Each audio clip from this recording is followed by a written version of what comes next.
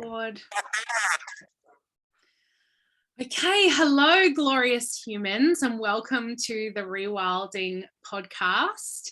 I'm your host, Catherine Eden, and we are here with Wild, the beautiful, incredible, glorious, amazing Wild, who I adore so much.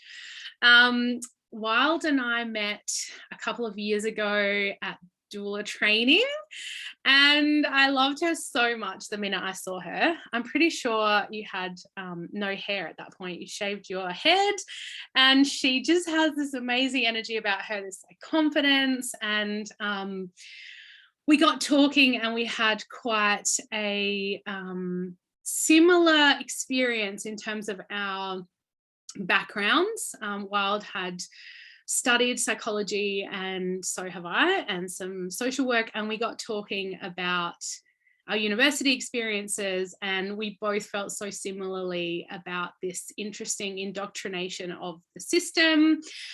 And it's a close topic to my heart at the moment. I'm just going to slightly diverge slightly as I do, with just watching how people who are quite indoctrinated into the system, into university and academia, who are really on this path of having it so intertwined with their identity and their life. And then there's people who go to uni and absorb the information and then alchemize it and turn it into something that's authentic to them, and really digest it in a way that turns into real lived human experience. And that's what I saw so much in Wild, and that's what I felt I was doing with my many years of uni that was expected of me. And then I turned around and went, oh, I don't know if this is completely the whole picture, and I need to embody this information. And it's that embodiment that is the difference in some people that have these academic backgrounds. And I really appreciated witnessing that and having that mirrored back to me in Wild. So she's a very incredible human who speaks truth and speaks of sovereignty and autonomy and human rights, and has boundary goals that I look up to, and just so much truth. So we're going to have a very interesting and weaving conversation today. So I'm going to hand over to Wild to introduce herself and introduce what we are going to discuss. Welcome. Thank you for having me. It's an honor to be here. I haven't done a podcast in a while, so there may be some nerves, and that's okay. 100% okay. This is my first interview on my podcast. Normally it's just me rambling my own things, so nerves all around, and we'll just be sitting in presence in this really human experience and trusting that what comes forth needs to. So I'm so glad that I am popping that cherry with you. Thanks for it being you. It's a pleasure. So yeah, I'm Wild. I'll do a tiny intro for those who don't know me. I am a predominant, like my main way of describing myself is a wild woman, first and foremost. Mother of 6, 2 Earthside and 4 Sky babies. And my work is all around rewilding and trusting women and sitting in honor and reverence for nature and her divine ways. And that includes birth and death and all the spectrum of things in between. I don't know. That seems like me these days. It is you. It's all you. I love it. It's beautiful. And so needed. So needed. Rewilding all of the way, which is why it's perfect. The wild women on the Rewilding podcast. Oh, it's what we need, right? If we rewild from the inside, then it all mirrors out into the outside.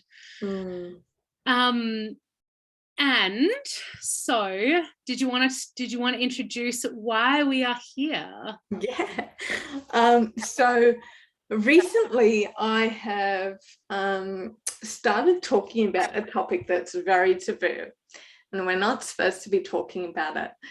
And I'm not sure why. And so whenever there's a topic like that, I tend to just poke it until people take notice and the conversations start happening. So it's become more and more apparent to me that as women are taking back their power, reclaiming their wildness and birthing freely, the system seems to be responding to us. And it's doing that through legal channels, basically, because we've stepped outside of that medical system. There seems to be a response when there's negative outcomes. So I'm talking about when babies end up in NICU, when babies die, when mothers die, when things quote unquote go wrong. Obviously, there's a judgment there in the use of the word wrong, because my belief is that nature cannot go wrong. Birth and death and life are all intertwined, and having a judgment over something being wrong doesn't really appeal to me. But I understand the use of the language, negative outcomes, etc. And when that happens, the system seems to be coming down quite hard on the women involved, whether it's the mothers, whether it's the birth workers, whether it's the midwives. And this has been happening for a long time, but it seems to be increasing in its ferocity. And so I want to talk about it because women and babies are the most fucking important thing in the world to me. And I want to talk about it because it's something that if it stays beneath the surface and festers, what it can potentially do to us that way is more terrifying to me than talking about a topic that we're not supposed to. Amen to all of that. Yes. So as a little context as well, I love taboos. That's why I created this podcast, because I want to poke the bear. And I think that's part of our relationship as well, is that I feel that, and I think that's maybe where our nerves come from. It's that witch wound thing as well, of like, oh, we're talking about the things that people want to punish and hide away. And the thing is that you and I have had lots of private conversations in private about taboos, and we've said things that we both really strongly believe, or things that we've experienced that we feel nervous about talking about. And I think we got to the point where we were like, we have to actually openly talk about these things. And even from that very first day that we met, we were talking, you know, I came and I shared my truth about what I believe about these things. And I felt nervous to share that because you were really, really passionate about free birth. And I have been shut down for many, many years as being the negative Nancy in the birth world. And I've had this kind of label and this sort of shame, and I haven't stopped talking about it, but I probably have become a little bit quieter, and I've probably done it in places where I felt safer because I'm constantly shut down. And I think, so yeah, I've been that guy for many years. And so I've really appreciated our ability to have these conversations in private spaces, but having these conversations with you and uniting together in our belief, it felt like, okay, I feel stronger together to be able to really voice this issue, because it's really impacting in such a negative way so many women's experiences, so many birth experiences. And the thing with shadows is, when they live in the shadows, that's generally where there's power. And if it's not witnessed, like you said, then it festers. And what's happening is that we are looking at birth, as we always have, with one half, and we're not looking at the other parts of it, and that is overshadowing the light parts. And the more we're fighting for sovereign, autonomous birth, and women are choosing or not choosing out of necessity, the options of free birth or even a midwife, this shadow seems to be getting heavier and stronger, and people don't want to talk about it. But until we talk about it, we can't actually reduce that, and we can't actually fully be prepared or, you know, stand in our power to protect ourselves and to protect our clients and those that we're working with if we don't start talking about it. So it's gotten to that point where we really have to start talking about it. And it's a really big part of my journey. It's been a huge part of my journey. And I think, as you would know, like Wild did one of my courses, and we've, you know, talked about this a lot. It's something that I can't not talk about when it comes to birth. And whenever I teach, whenever I talk about birth, I talk about these shadows of the legal system. I talk about, you know, what happens if, you know, we can, it's all well and good to say, you know, we trust birth, which we 100% do, but we don't trust the fucking system.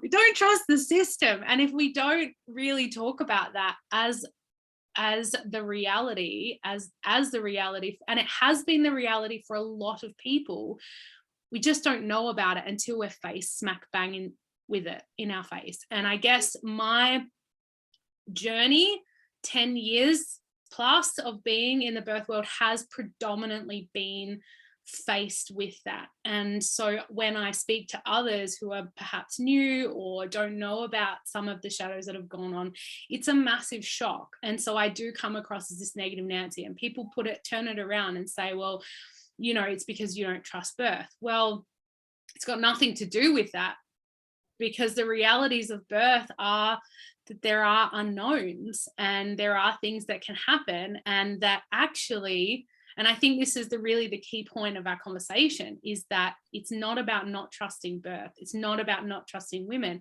It's that life and death, birth and death are two sides of the same coin. And it is a reality that is a possibility and that happens. And what do we do when that happens in a culture that completely denies death as a reality, that completely denies that death is a possibility, and that there's this belief that we can prevent death at all costs?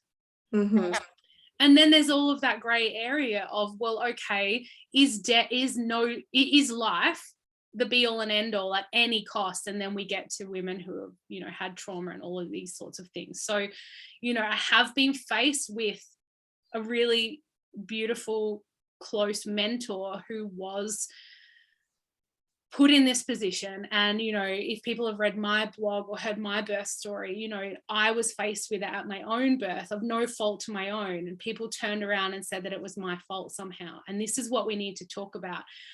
This is about the system. That's victim blaming. That's victim blaming, right? Right. That's right. Gaslighting is victim blaming.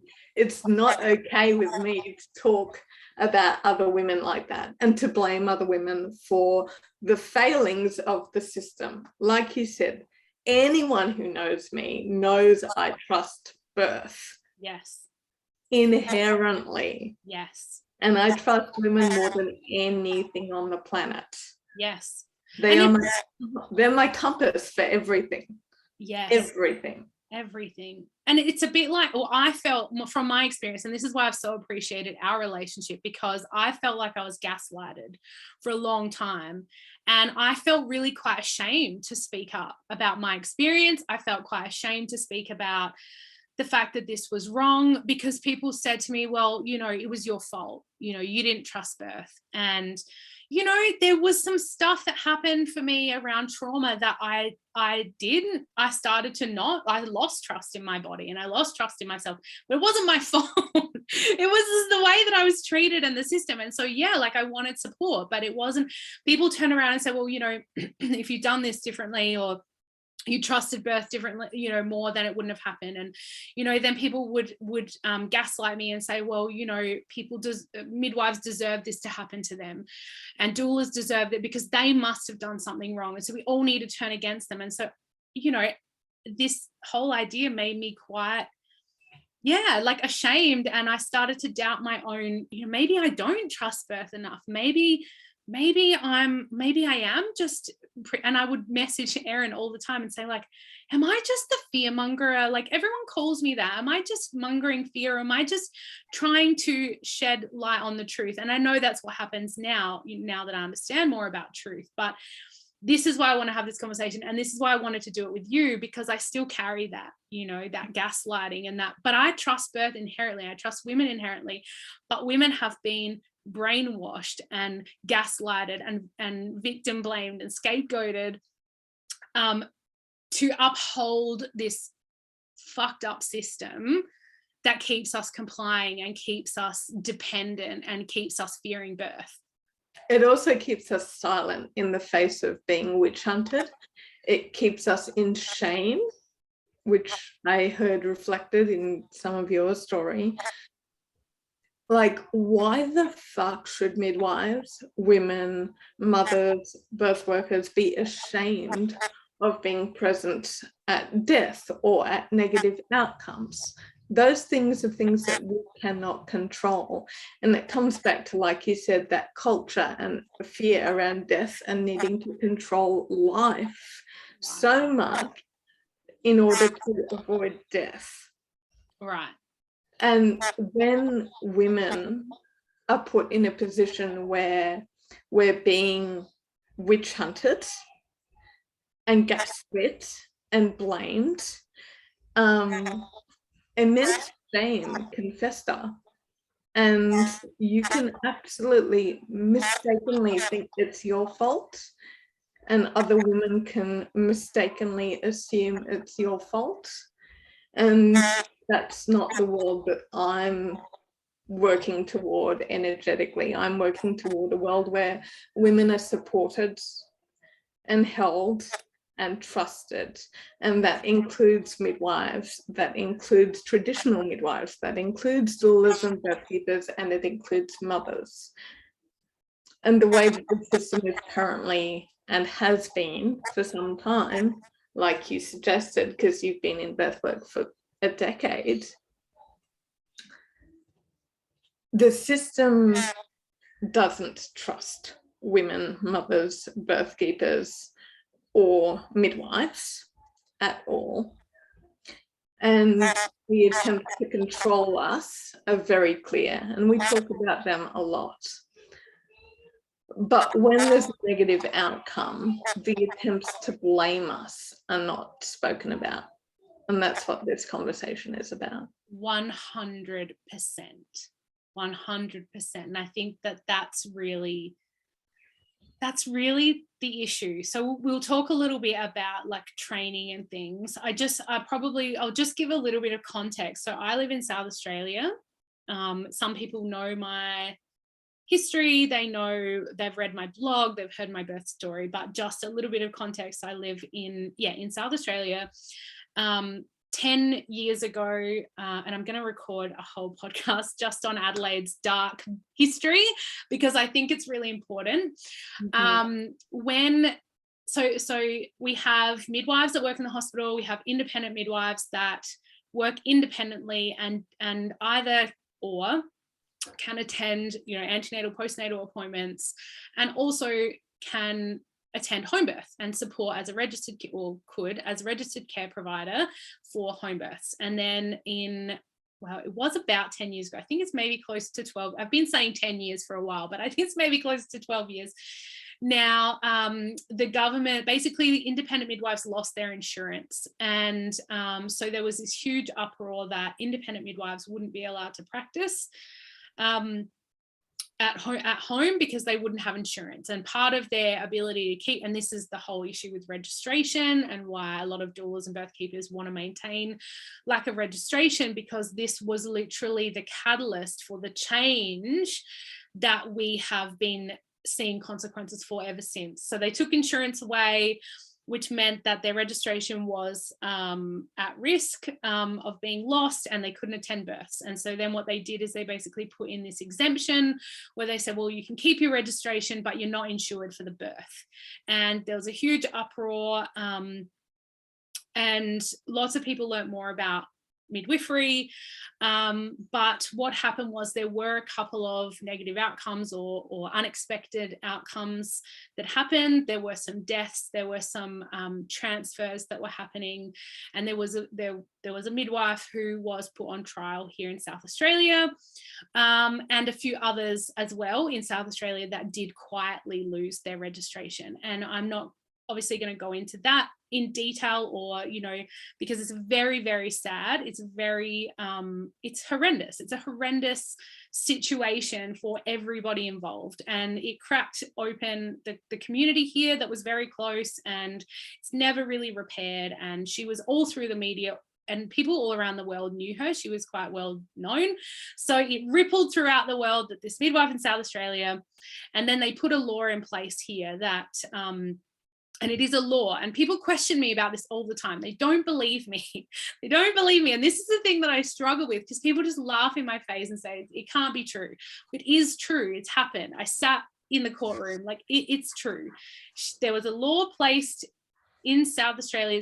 It set a precedent. It's the only place that this exists, where essentially this midwife stopped practicing as a midwife and was practicing as a birth advocate, so unregistered, not a doula, which the media wanted to hash out. So then doulas kind of got lumped in with that, unregistered. And so they put this law in place that basically said anybody attending a home birth without a registered practitioner can be prosecuted. And it's very grey area, because then doulas are like, well, what does that mean for us? And what does that mean for the parent? And what does that mean for people that birth before arrival at the hospital? What does that mean? You know, what does that mean for people choosing a free birth? And how does that look? So there's a lot of confusion, and the law itself is pretty confusing because it's the first of its kind, and there's a lot of grey areas. And it happened all pretty quietly. And, you know, she's not allowed to speak to pregnant women anymore. She's got a full prohibition order. You know, and was put on trial for manslaughter. So it did happen, and it was in the media, and the media used words like baby killer and, you know, premeditation and all these sorts of things. And look, it's a very sad situation. The whole thing is really, really sad. But how this went down, and with the other midwives who went down quietly and not only lost their midwifery registration, but lost their nursing registration, lost their homes, lost their ability to earn an income, lost their reputation, lost their community, lost everything. Nobody wants to talk about it. No one is allowed to talk about it here in Adelaide. No one's allowed to say their names. No one's allowed to associate with them. They were completely isolated. All the midwives involved had their houses raided. You know, it was a big thing that happened in the community. They lost their friends. They lost their community. Adelaide's a small place. Their kids go to the same schools, you know, like it's full on, and it's really rippled out. And I was sort of an outsider at the time, and now I've come more in. We are still 100% feeling the effects of that.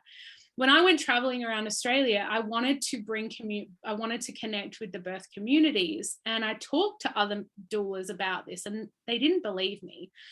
And I think because then free birth maybe wasn't as discussed, or maybe it wasn't really an issue. And so I've found it really interesting to see how things have evolved now, where people are choosing free birth.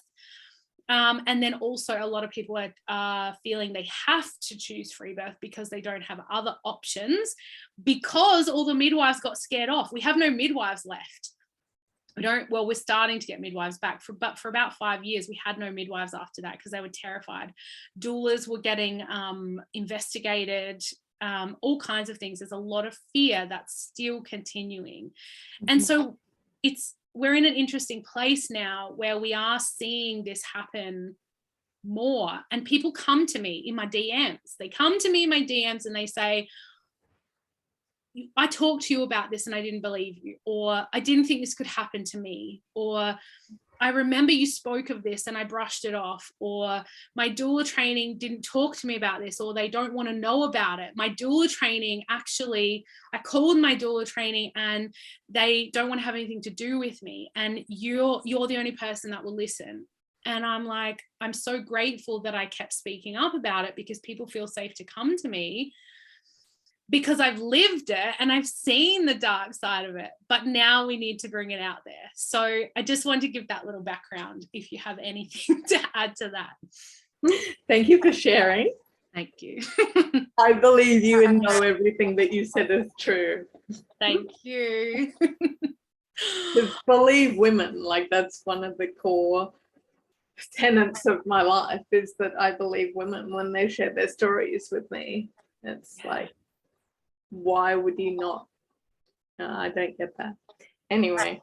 I think it's fear, right? It's fear fear of association. If I'm associated with you and people, I remember someone saying to me, well, you know, it's that whole spiritual bypassing thing of, well, if I feed into that, then it will happen.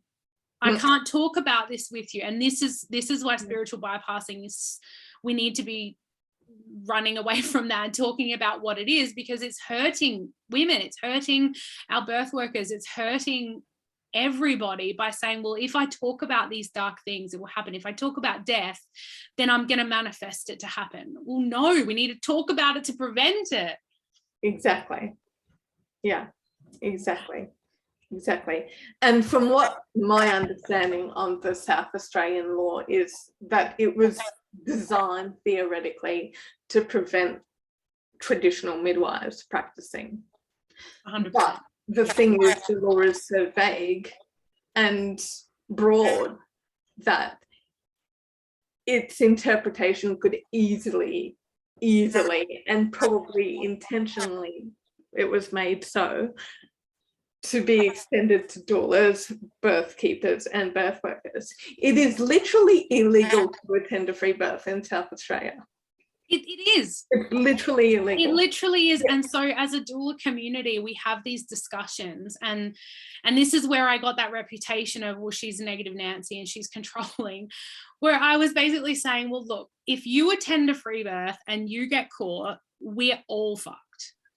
Because we're all going to be thrown under that bus. At the moment, we're just going under the radar. How can we do this safely? So, and we have a lot of new doulas who don't know this history. And so they're like, well, of course I'm going to attend free birth. Yeah. We're like, well, of course you want to attend free birth. And that makes sense, but do you know about the history?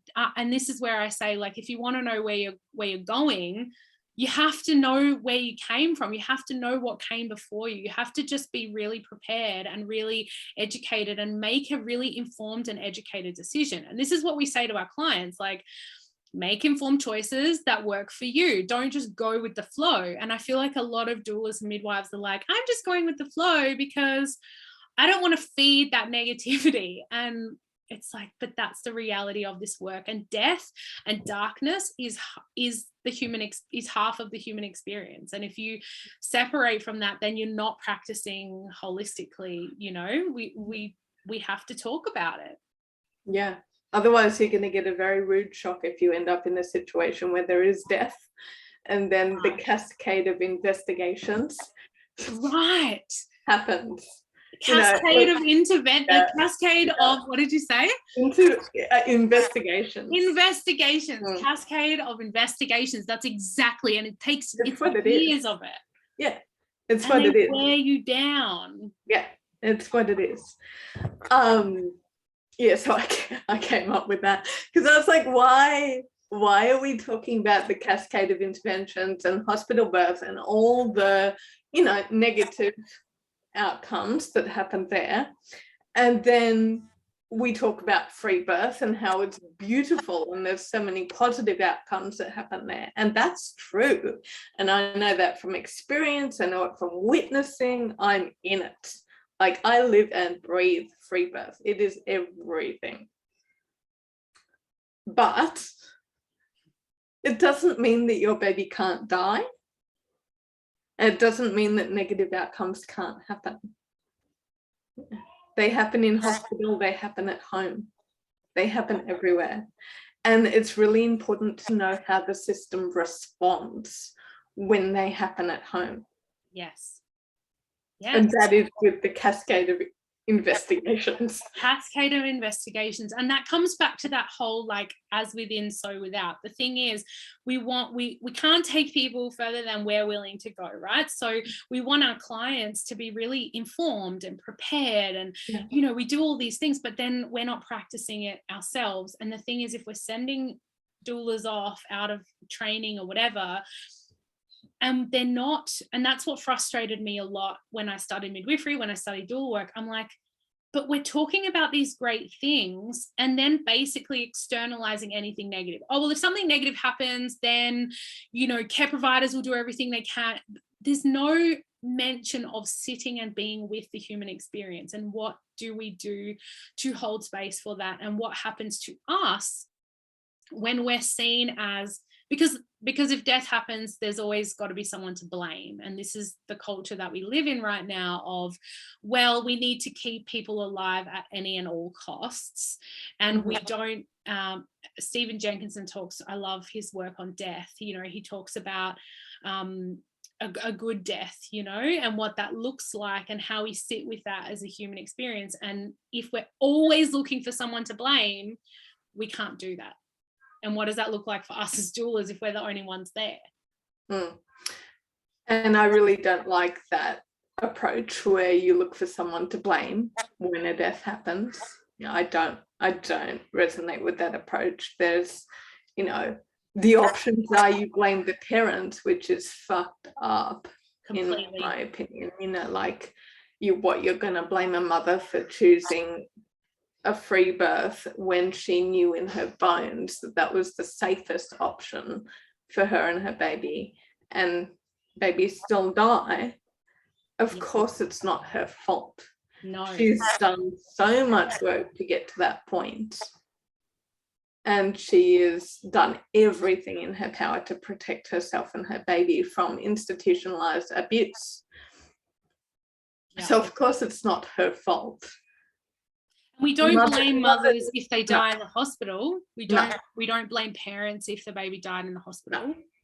We don't even, no one blames the hospital, even if it was cascading of intervention, and that, you know, maybe if they'd left something alone, it wouldn't have happened. We don't blame, so many people don't blame the hospitals if the mother's damaged, or, you know, physically, or if the baby's damaged physically. They turn around and say, well, they saved us.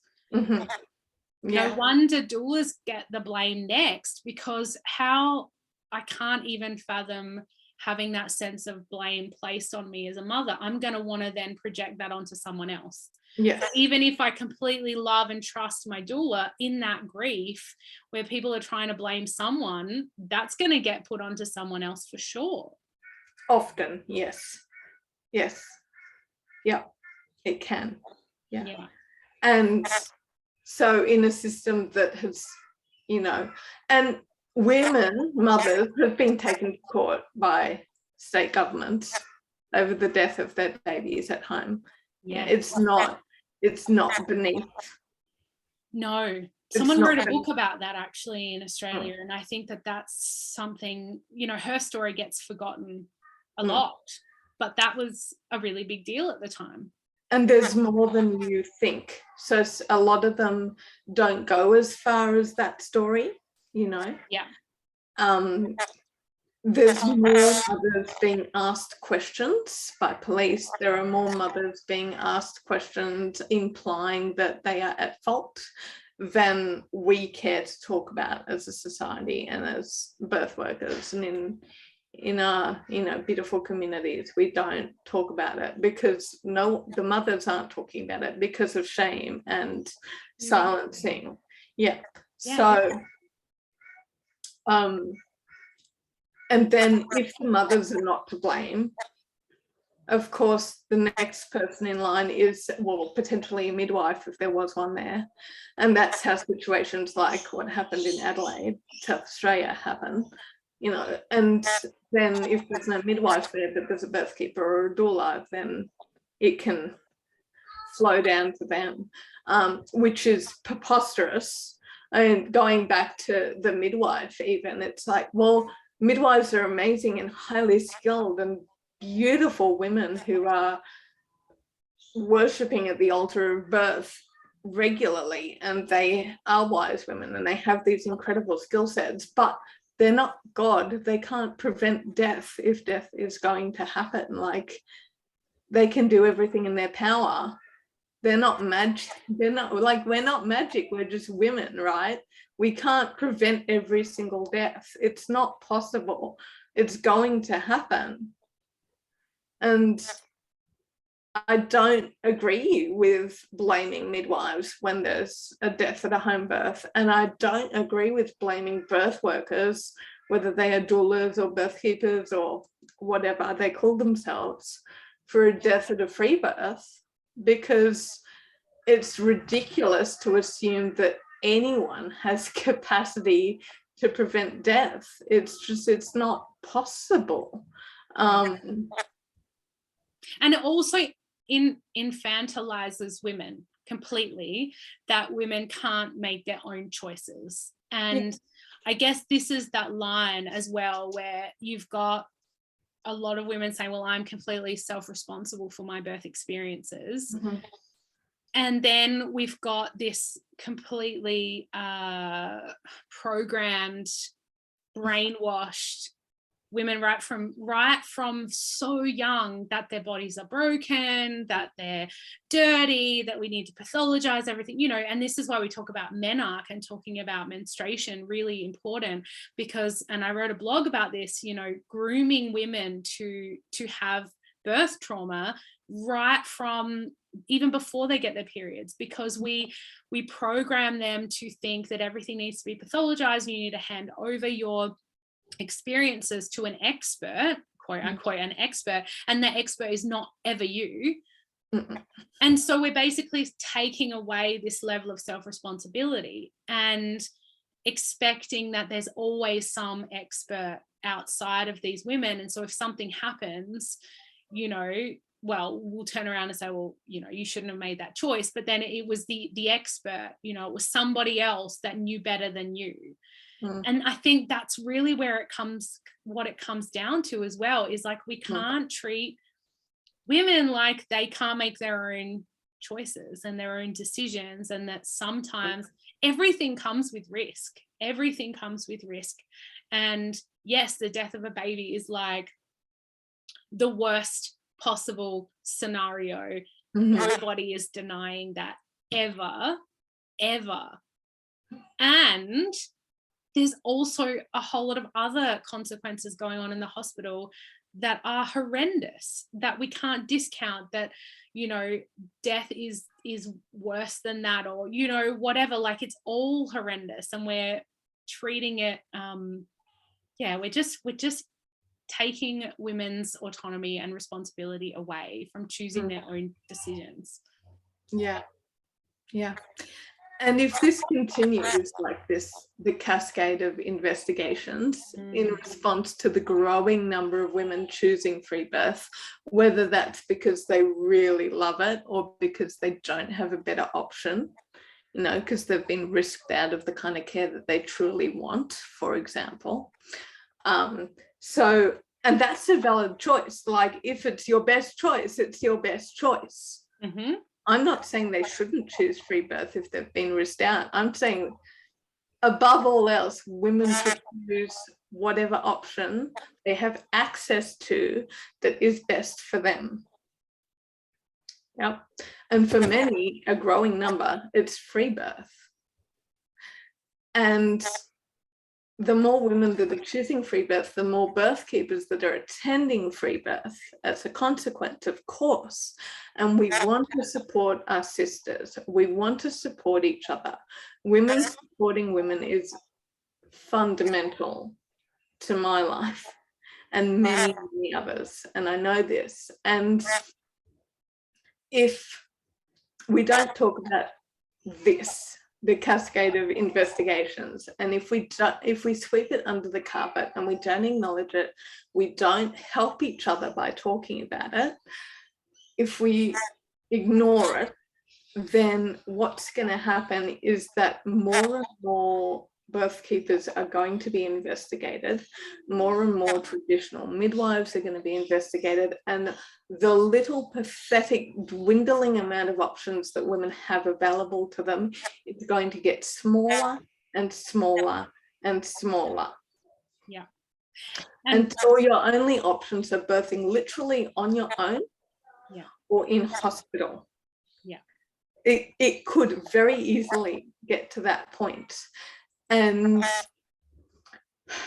that's why I don't support blaming midwives, blaming birth keepers, blaming birth workers of any kind for negative outcomes, because doing so is going to limit what is available for women in the future. And you mentioned that in a different way. You mentioned that if one gets investigated, it potentially has a flow-on effect and means that other women can't support women in the way that they want to. I can't remember the exact words you used, but you said, you know, if one happens, then it ruins it for everyone. And it's true, but not in the way that that one woman is to blame. More in the way that, and I want to be really clear about that, more in the way that if the system successfully comes after one woman, it's going to have a flow-on effect where women don't have choices and options that we deserve to have. Thanks for clarifying that, because that's something I've struggled to articulate in my community, because essentially what we witnessed here was that one woman chose, you know, she was of service. This was her life. She chose to continue practicing. Her clients asked her, please continue practicing, and she did. And she was investigated, and then she was completely shunned from the community, completely shunned. But what happened as a flow-on effect from that, and a lot of people blame her, a lot of people, and this is why we can't speak her name. We literally cannot talk, you know, I'm going to get messages in my DMs probably from this conversation, because the ether of this conversation is happening because people blamed her and said that she ruined it for everybody.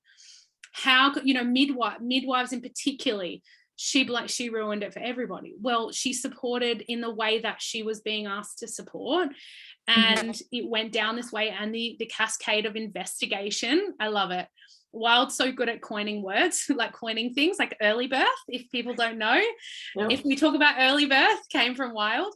But that's essentially what's happened, and we're still living that a lot. And so it's difficult to articulate to people who haven't lived it and haven't experienced it, because it's not about you can't do this because you're going to ruin it for everyone. It's actually, let's think about the bigger picture, and the fact that if we're united and we have this is what I used to always say, if we're united together and we have this united message and we can like come up as a united front, we're stronger together. Because what will happen is they're going to try and break us down and separate us, because that's what happens. That's all of history, isn't it? They try and like break away connection. They make people isolated and you know, shame and all these sorts of things. But that's what's essentially happened. And after that court case, we literally had no midwives, and I was a casualty of that, where at that time where I was birthing my second son, there was no option, and the midwives were so afraid. And so one thing I wanted to say as well, as you were talking, I was thinking about this, the smaller and smaller the options, the more dangerous it actually becomes. Because what was happening was, because we had such little midwives, the midwives that were practicing, if they transferred, they were getting reported every time, every single time. So we had midwives getting reported on every transfer, to the point where we had a midwife who didn't go to the transfer and ended up losing her registration because she didn't go. So she was damned if she did, damned if she didn't. You know, if you don't transfer, then that's really dangerous. We need to have safe options for midwives to be able to practice in a way. We need to have women who feel, if they are free birthing, actually it's safe for me to transfer, and it's safe for me to take my doula. But that's not at all how it is. And so the smaller we get the less we talk about it, the less it's known, and the more power that these investigators have, and the more power the system has, because it actually, and what happens is it then becomes more of an issue because it becomes more dangerous. And so people are very hesitant to transfer, very hesitant to seek help. The midwives are very scared. They come into birth with fear, and I think that's a huge issue in and of itself. Doulas are afraid because they're worried about what the consequences could be, and all of that impacts birth. I mean, that's not about not trusting birth, that's about being afraid of the system. And so we need to make it safe for women to choose these options that are valid options for them to choose to trust birth.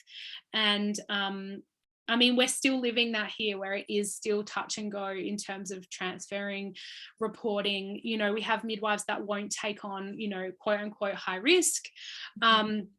Some more than others. It's very much, it's, you know, and doulas that may take free birth, may not, and leaving in droves just because of that fear of the system. It's not fear of birth.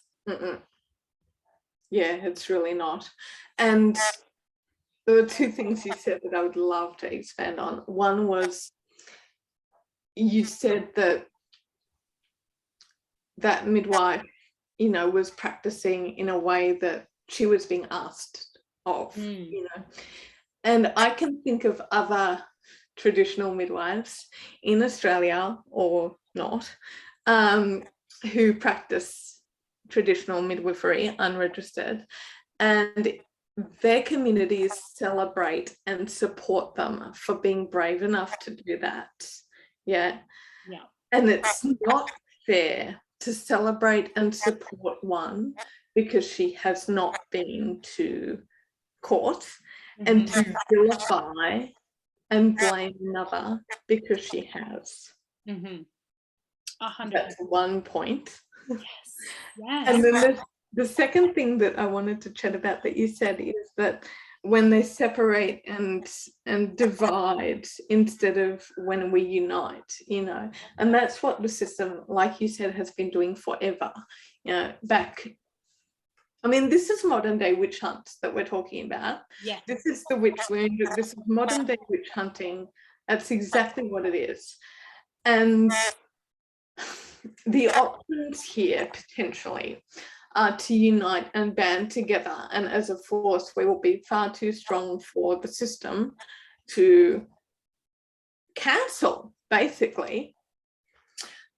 Or, and this is what's currently happening, we're going to be too afraid to talk about it because of shame and vilification, and the system is going to pick women who serve women off one by one, and they're going to get rid of one witch and then another witch and then another witch, and there'll be witches who are reporting on other witches.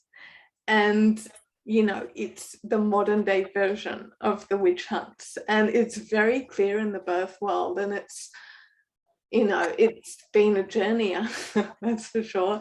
And being in Birthwork really does plug you into that witch wound, because that is one of the most profound places where women are still being hunted, whether it's because they're birthing on their own terms or whether they serve women who are birthing on their own terms. Yeah. I think that I have this real belief that the truth can't hide in birth and death, because they are such, well, they are the portals of this human experience, and because truth can't hide, they are the most policed and hunted, because that's where the truth is. And basically when you work in these industries, you can't unsee it. I mean, they can hide it in other places, but you can't hide the truth in birth and death.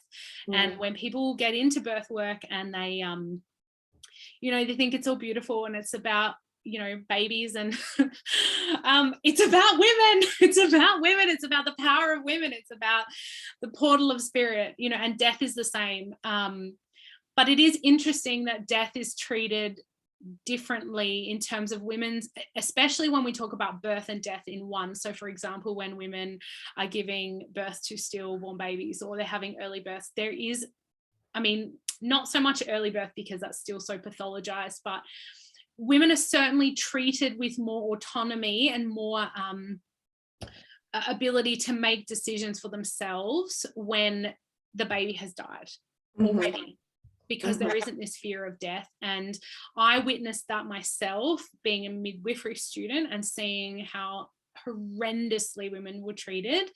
And then working, I did a placement in a termination clinic, and 110% would work in that termination clinic and call that women-centered care over midwifery. And I was shocked. I was shocked, and I left midwifery after that because they were treated, it was like black and white. They were treated completely differently. And that just, you know, that's sort of taken me on this long path. But yes to all of it. Yeah. Yes, there was something else I was going to say, but I can't remember. I think what is interesting as well is that doula trainings don't talk about it, these issues. And I think it comes back to what we were saying before about guilty by association. And then there's this level of, they just lay down the law and say, well, just don't attend free birth. You know, that's sort of the blame. There isn't even an explanation as to why, but there's almost this fear, again, as you're saying, the witch hunting. The doula trainings themselves are afraid of getting sued. They're afraid of being hunted. And it is these witch hunts all over again. And I think that it's an interesting discussion to have, because we're watching the shame and blame game again happen. And I think that's what I was going to say before, what you said about picking off the midwives individually. So that's literally exactly what's happened here. Individually, people have been picked off and kept silent, and we don't even know. We just don't see them anymore. They're one minute they're in the community loud and proud, next minute they're not. We just don't see them at all. And that's because they've been worn down and worn down and worn down. I mean, we're talking about like phone tapping. We're talking about like home raiding. We're talking about all electronics being taken, you know, and investigated. Like, we're talking about phone tapping for years. Literally years, and not just the people in question, but all of their friends and anyone who was a midwife that was associated with them. We're talking about emails and blogs being shut down. We're talking about cancelling freedom of speech. We're talking about literally a midwife no longer being allowed to speak to pregnant women. She was like, what happens when my daughter has a baby? Like, not allowed to speak to her friend who's pregnant. Cops were out the front watching because they knew that her friend was pregnant. Oh, can't what? Like, I guess what I want to really say is this is happening. You know, whether you believe it's happening or not, whether you think, well, this can't happen to me, this is happening. It's just that people don't want to talk about it because they don't want to be shamed and gaslit, and you know, and they're ashamed that this is happening to them. They feel so much shame and guilt. They didn't want these things to happen, and they start internalizing it, and there's so much just so they pick off individuals, and it creates such a ripple effect outside of the community, and it continues on. And so that's kind of where we're at the moment, and this is why I created Adelaide Birth Network, to try and bring the community back together. But what is 100% happening is midwives reporting on other midwives. I have never, because I admin Adelaide Birth Network, I've never had so many issues in that group as I have with other midwives, reporting on other midwives and doulas, reporting them to the police, reporting them to me as an admin. I'm like, this is ridiculous. Reporting them to their place of work, screenshotting things that midwives are saying and then sending it to their workplace to get them in trouble, reporting pictures that they're posting of who they're hanging out with in their personal time. It's the witch wounds and the witch hunting is 100% happening, and just because you don't talk about it because you think that it's not going to happen to you doesn't mean it's not the reality. And I do think that, yeah, doula organizations have a responsibility to talk about it. And I guess what I want to say about that is that I understand why doula trainings say that. I'm not saying that it's right. I'm not saying that doulas should be regulated or should be restricted from attending free birth. But I don't believe that a doula training saying to doulas don't attend free birth is because they're programming doulas not to trust birth. No. And maybe they don't explain it well. Maybe they don't explain it why, and it comes across as you don't trust birth because you're afraid, and it comes across as fear-mongering. But I guess what I'm saying is I think we need to have more compassion and understanding for the bigger picture and why they're doing that, why they're saying that, and how we can do things differently. You know, how can we change the narrative around this? And if we band together and protected doula trainings, and we protected other doulas, and we protected other midwives, they wouldn't be afraid of being sued and shut down and cancelled and being blamed.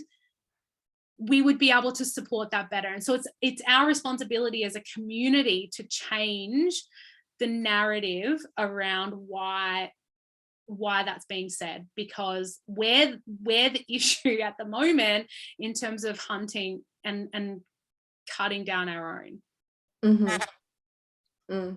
Yeah, and you said this is happening for midwives, and I want to reiterate that it's happening for birth keepers and doulas as well. There are plenty that I know of who are currently or have been under investigation to some extent or another.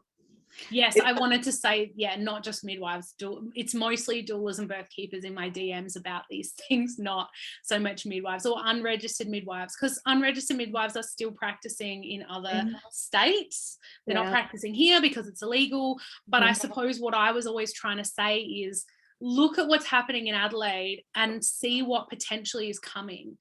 That's it. Be prepared that if you've got unregistered midwives practicing, if you've got birth keepers attending free birth, prepare yourselves to fight this. Yeah, because if you're not prepared, it's going to come for you, and then women are going to have no choice like we've got here, and a really messy culture. Yeah, absolutely. And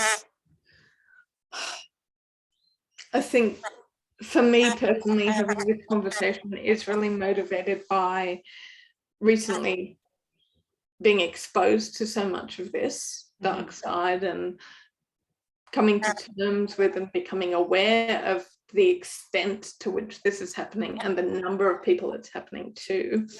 And therefore, as a result, as always, I want to actually band women together and do something constructive, productive, positive about it. And so for me, my goal at the moment is, or one of many, because I'm a manifesting generator, I've only got like 1 million goals. But one of them is making sure that birth keepers, whether they've been practicing for years or whether they're new, know this information, know what the cascade of investigation can look like, and ways that they can potentially approach it in the event that it does happen to them or someone that they know, and so that they can support their sisters through this. Yes, we've got to make some positive out of this. It's not all negative, doom and gloom, and we need to make it feel, and this is where we're trying to change the narrative, that you don't have to feel like, well, just don't attend, because that's not the reality. And at the end of the day, women need support and their options are hugely lacking. So we need to create a safe space, or at least a brave space, for doulas and birth keepers to know where they can access support and information. If doula trainings are not talking about it and we know what regulation does, it just makes people want to, rules. We don't want regulation. We don't want to just be told a blanket rule you can't attend, because that's ridiculous. And women deserve to have support, and it's a valid option for them, and we trust birth. So how can we do it well that protects us, as well as enabling us to continue being of service in this way. And I love that you have poured some energy into this, and that's pretty much exactly what brought us to have this conversation, is this amazing work that you're doing to bring this to the light, so that we can continue seeing birth workers and birth keepers doing this work with an arsenal of tools and wisdom and support and a united message, so that women aren't missing out. Yeah, absolutely. So talk a little bit more about what it is that you are doing and some of the key things that we want doulas and birth keepers to know to kind of support this this system that wants to bring us down. So I'm running this one particular workshop on repeat at the moment. So I'm doing it every month or two. And it's okay if it's small, it's okay if it's big. Some months are very tiny groups. But I think that if there's any birth keepers or doulas or birth workers who want this information about how the cascade of investigations works, how it happens, how it flows, the possibilities of where things can go, it's vital information to know before it happens to you. Yes. Yeah. Don't wait till it happens. Don't wait and say it's not going to happen to me. I'm going to go with the flow. I don't need to be prepared. Be prepared, and then, because we know that it could happen to anyone.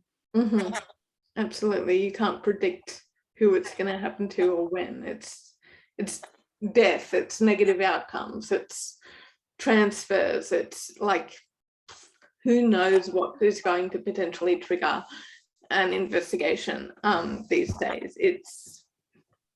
And they are getting probably more onto it, I would say. Like South Australia kind of set a precedent, and there was a whole lot of stuff they didn't really know much about, and the more information they get, the easier it is to hunt people down.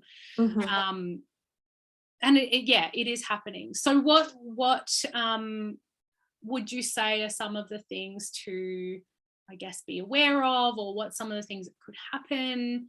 What are some of the top, couple of tips? I know we can't talk about all of them here because they obviously need to be in a private container, but some of the things that you can share in this space. I would say that, look, the cascade of interventions, you cannot control it, and you don't know what they're going to perceive when they approach you. Don't assume just because you've done nothing wrong that you have nothing to hide. Yeah. So, and you have done nothing wrong. Being at a death or being at a negative outcome that's not as significant as death, or even a transfer, or yes. Well, I bled at my birth, and it was a free birth, and that was enough. That was enough to set it off. And yeah. So just wanting to reiterate again that just be like, if this happens to you or somebody you haven't done anything wrong. You haven't. But that's not how the system sees it. And it doesn't matter what you say or do to them, that's not how they're going to see it. Or how they're going to flip it, right? Like in the way that they write it down and share with the world. Yes, exactly. And if it gets to a point where the media becomes aware of it, that's a whole vicious beast in and of itself. So I would say that in an environment and in a world where information is so readily available, sometimes it's best when people don't have the information. Yes. About you. Yes, so I will say something that I was told by a lawyer, because I have done a lot of research into this. I am so glad that you have put this workshop together, because it is something I've talked about a long time. But like I said, I was eroded and worn down a lot in my confidence around speaking really openly about it. And so I talk about it a lot, as you know, because you did the mentoring program in my private containers, but not specifically in this. And so I did quite a lot of research and spoke to a lot of people. And one of the main things that a lawyer said was really, you have the right to say nothing. And as you said, there's a chance that it will be taken out of context. Well, not even a chance. It's let's face it will be taken out of context. There's a lot they don't understand about the nuance of birth. Death is like literally the worst possible scenario, and there will be someone that needs to be blamed for that. So you will be seen, especially if you've taken money, you are seen as the expert, quote unquote, the expert and the professional. And therefore, there's this feeling that you have somehow misled your clients in some way, and therefore it's your fault. And even if you have a great relationship with the clients, there is in every scenario that I've heard, there has been a shift in the parents from having the cascade of investigation wearing them down, and shifting the story around it being the doula or birth keeper's fault, to blame. So as you said, you have nothing to hide, you've done nothing wrong, but actually say nothing and get legal advice. First and foremost, be informed, know about these things, know where to get support, get legal advice, say nothing until you do. And always get legal advice. Like, even if you've got nothing to hide, you did nothing wrong, and the parents are like so happy with you, get legal advice, because things turn quickly and they turn nasty quickly, and you don't know which way it's going to go. Yes, my little 2 cents. Well said. Thank you. Also, sorry, because I want to ask you some more things, but I just want to also say it's not just birth. I think this is a really, this is a myth that if you don't attend birth, that it's actually, it's not an issue. If you support as a professional where you exchange money, potentially even as friends, I mean, that's still a potential as well. But if there's an exchange of money and you have like a website, or you have, you have a profile where you talk about these things openly as a quote unquote expert, if you attend to people antenatally, postnatally, who have had a free birth or who have had a negative experience or an unexpected outcome, whether it's death at a birth or death after, or even death before, or some kind of unexpected outcome, even in that postpartum period, it is the same cascade of investigation. I really want to reiterate that, because it's such a myth that plays out that, well, if I just attend to them before and after, and I don't attend the birth, then I'm safe. No,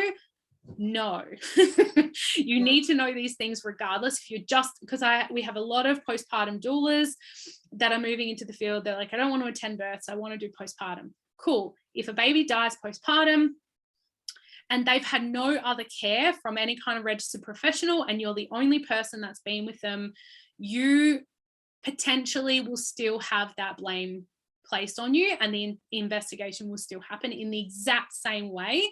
And there are parents that will ask for things like, can you weigh my baby, and is this bowel movement normal, and is this breastfeeding normal, and I don't know what's happening here. If they're not referred, or you don't have really clear evidence to show that you weren't responsible for that, or that you didn't pass that information on, you could still be seen as to blame, because you were seen as the expert. And it does happen. It's happening. So I just wanted to say that as well. Yeah. Are there any other things? DM Catherine or me. Common, yeah, we're used to it, right? Yeah.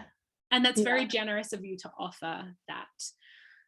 Can you talk a little bit more about what's in, just roughly, like anything else that's in your workshop, and why they should come and join? Well, I think this information needs to be really accessible and available. So I'm gonna be doing it on repeat for a while, I think, because I want birth keepers and doulas and postpartum birth keepers and doulas to be, and childbirth educators and like everyone who is a birth worker of some sort, to be aware of how the cascade of investigations often can run and the various pathways, because there's not just one pathway, where it can tangent off to depending on what happens. So I go into that a little bit. By a little bit, I mean quite extensively. And then ways that we can protect ourselves and each other if this happens. So ways that you can protect and inform your clients, because this is happening to mothers as well. It's not just birth keepers, mothers are being investigated.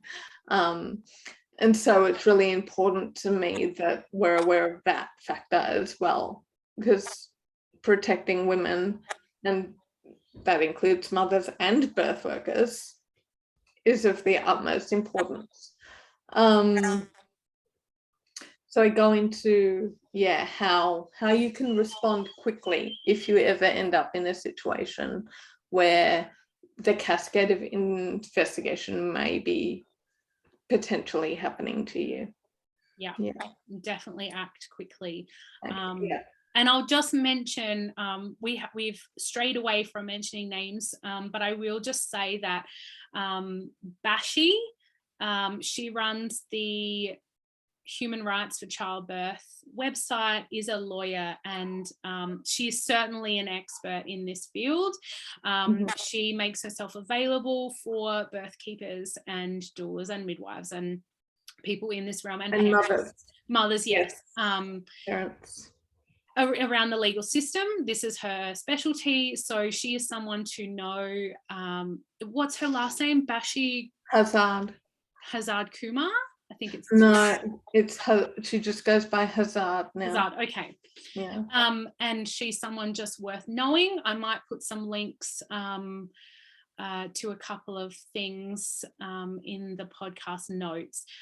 Any final tips on doulas who are sort of new, or maybe not new but have been thinking about these things, maybe thinking about attending free births, who feel like, it probably can't happen to me, that just some basic things that they can do or to look for to protect themselves and to be able to do this work? Look, make sure that you're not being a medical professional, because that's dangerous territory. Don't do anything medical ever. It's not our place as birth keepers. It's not our place as doulas. That's crossing lines and boundaries and taking authority away from women anyway, which is not something that I support. If a woman wants to weigh her baby, she can weigh her baby. I'm not an expert in weighing babies. You don't need my input there. Never cross any boundaries around, scope of practice. And scope of practice is, a term that we usually hear around registered health professionals. Yeah. And they have a very clear defined scope of practice. And doula organizations trainings, they also have a scope of practice that they give to their students. But there isn't actually a clear, defined, universal, agreed upon scope of practice for doulas, birth workers, birth keepers. There isn't one, because we're unregulated. But I still use the term, broadly speaking, to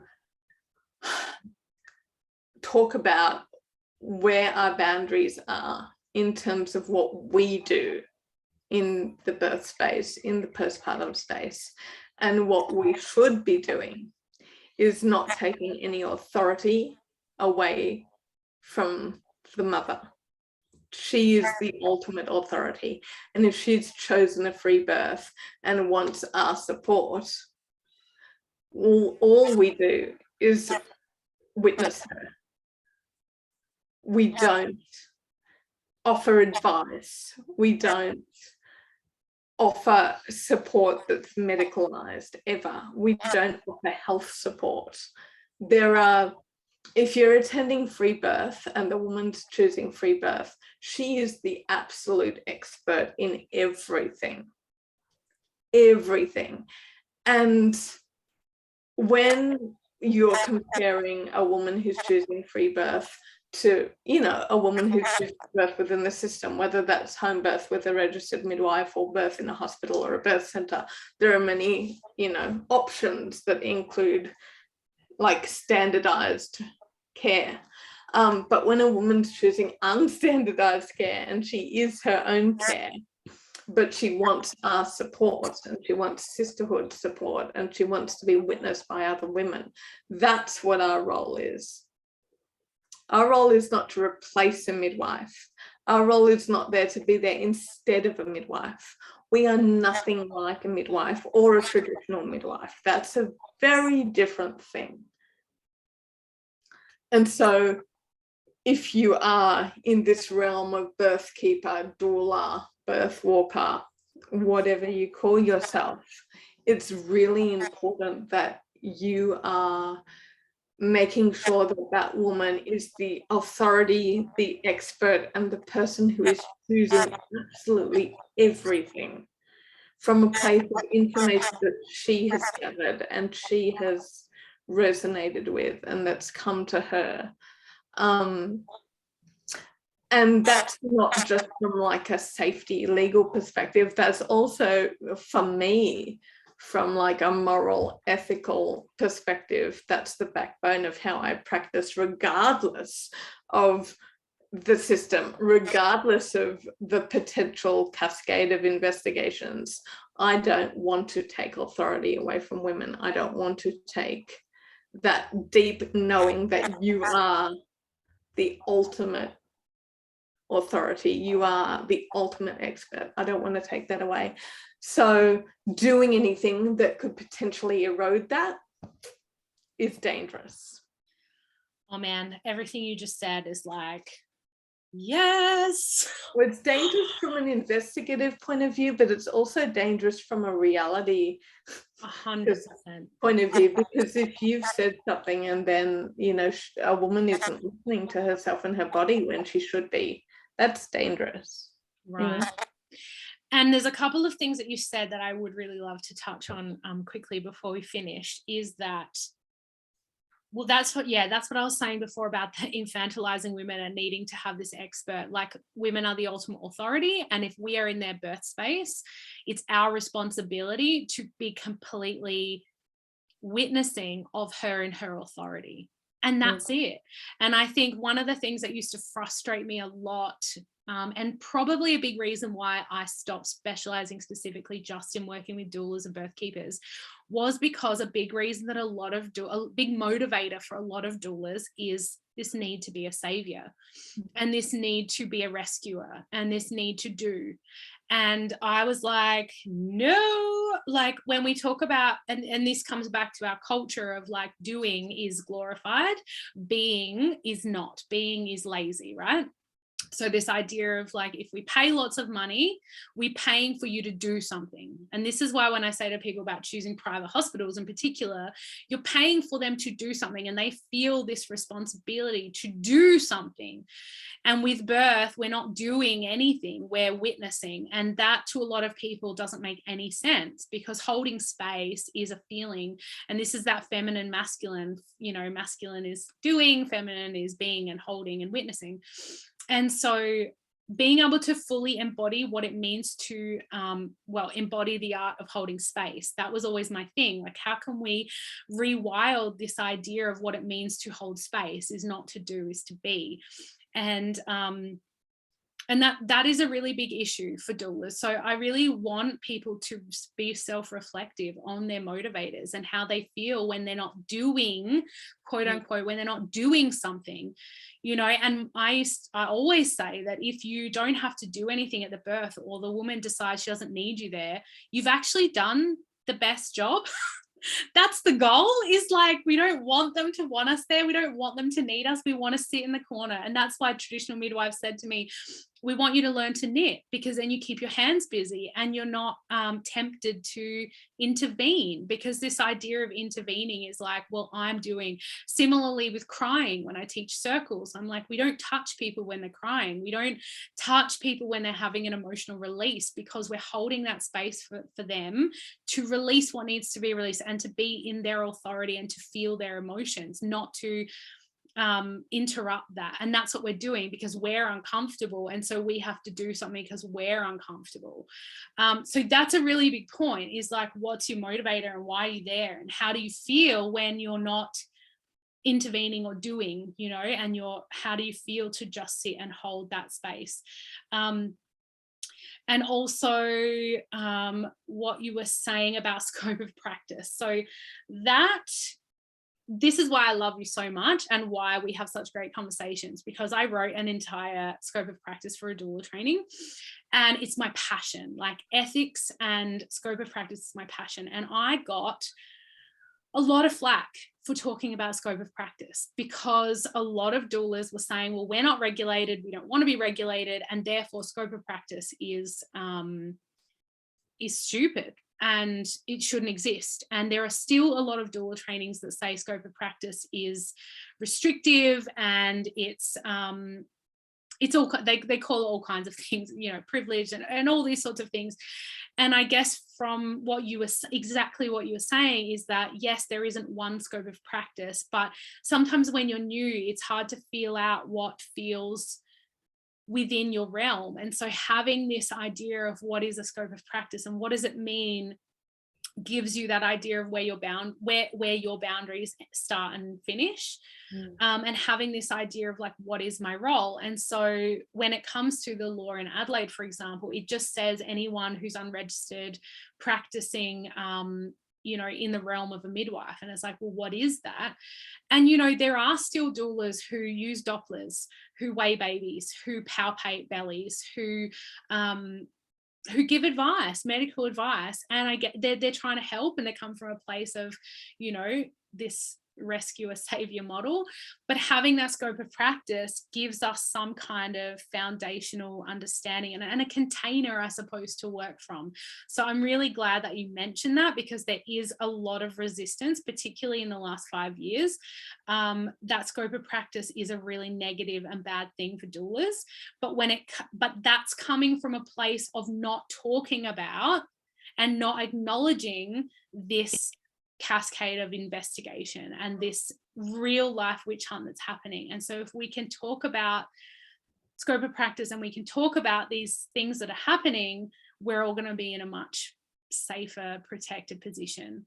And you creating this community, I feel like just having the option to come to you and have this community where the people working with you can connect together and talk about their experiences, that in and of itself is such an incredibly needed thing, where people aren't feeling afraid and kind of, I want to protect myself, but I don't know how to, and I don't know what to do, so I'm just going to be afraid and sit in fear.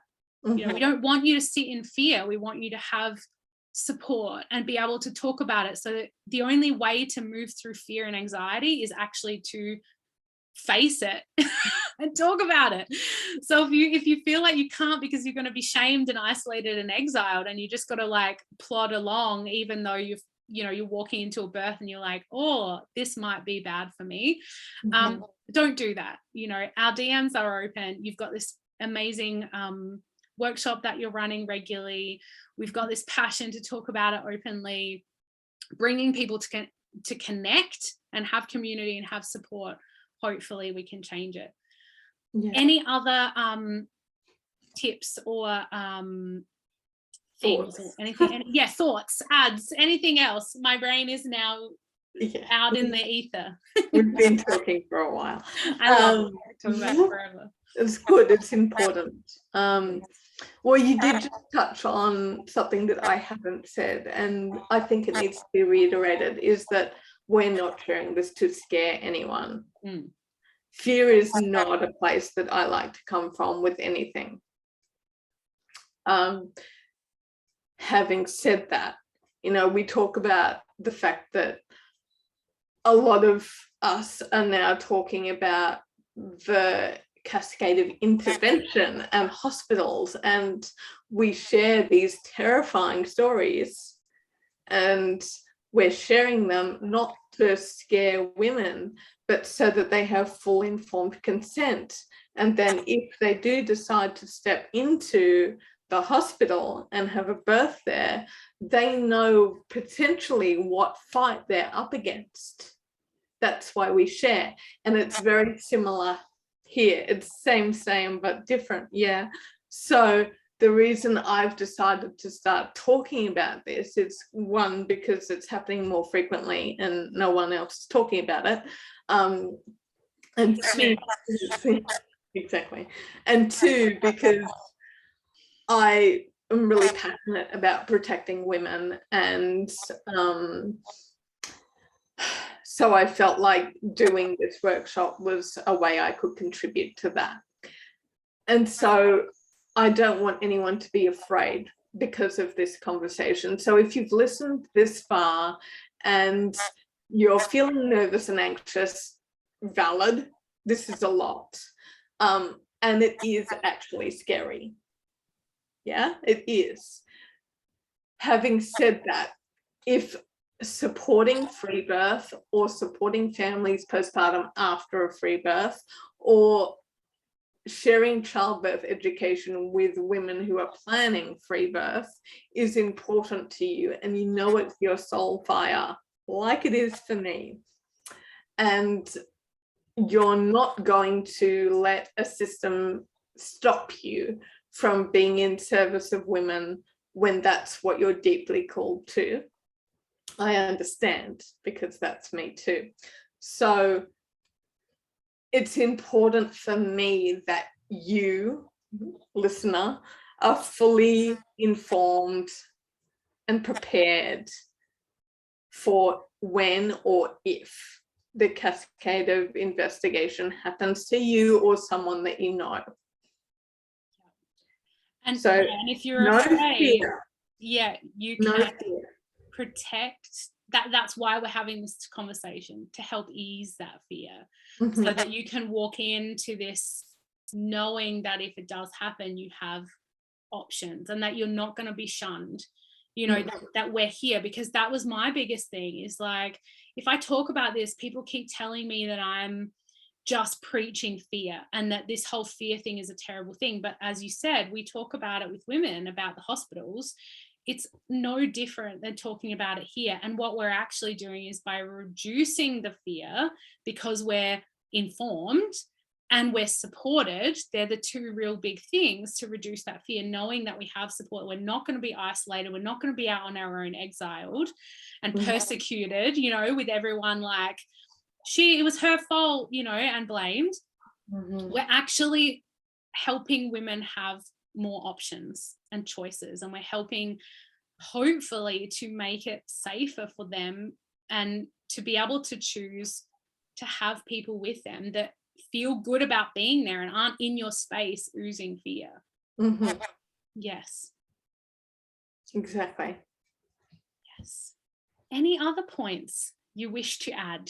No. Okay, we've exhausted this discussion. I do feel really relieved to have talked about so many things that I feel like we've talked about in private, and all of these things that I feel really passionate about in various DMs with people. So I'm so grateful to have this conversation with you, and for you to bring your wisdom forth for birth keepers and doulas and birth workers to come and be able to learn from you, and to learn the reality, and to know that when we speak of these things, it is not to scare people. Just as when we speak about birth, and all of life having risk.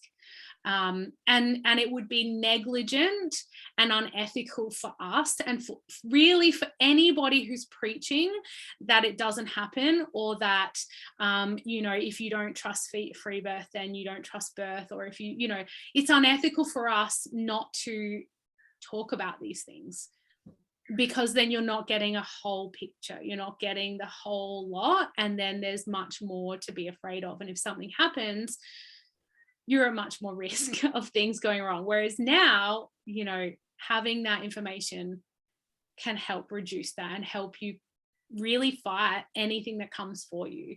And that's the goal, really, is to bring down this narrative and bring down this cascade of investigation and to bring down this witch hunt. We will not tolerate this witch hunting. We will not tolerate this blaming of women, and this removal of authority from women and their ability to choose who attends their births, and frighten birth workers, midwives, who really are feeling afraid of attending births. A lot are afraid of attending births because of what they've witnessed, and they're just not saying it. So with knowledge comes power, and with that we can be far better of service for the women that we love so much, and in service to birth. I mean, I really believe that I'm in service to birth and death. Being in service to birth means being in service to death. It means being in service to the power that lives in the shadows, and we just got to rewild that. So I'm so grateful for your time and for your wisdom and for all of your amazingness, and I love you so much. Can you just let people know where to find you and what your workshop is called and those little details? So I am only found on Instagram these days. So one and only is shop. So I'm at Wild Luna Raven. That's my name, first, middle, last. No punctuation whatsoever. Wild Luna Raven. And my workshop is called Birth Keepers in the System. I keep it, like, I don't talk about it heaps, but it's always there. So if you ever need it, or if you ever need to talk, or if you just want more information, just reach out to me, because I'm around. I'm not going anywhere. Yeah. And you're always doing amazing stories and giving so much value on your Instagram. Okay, well, thank you for that conversation. I hope that it was useful to anyone. If you have comments or questions or anything, please let us know. And who knows, we might even do a follow-up at some point about other things. Who knows? Infinite love and gratitude. Go well, and I'll see you at the next episode.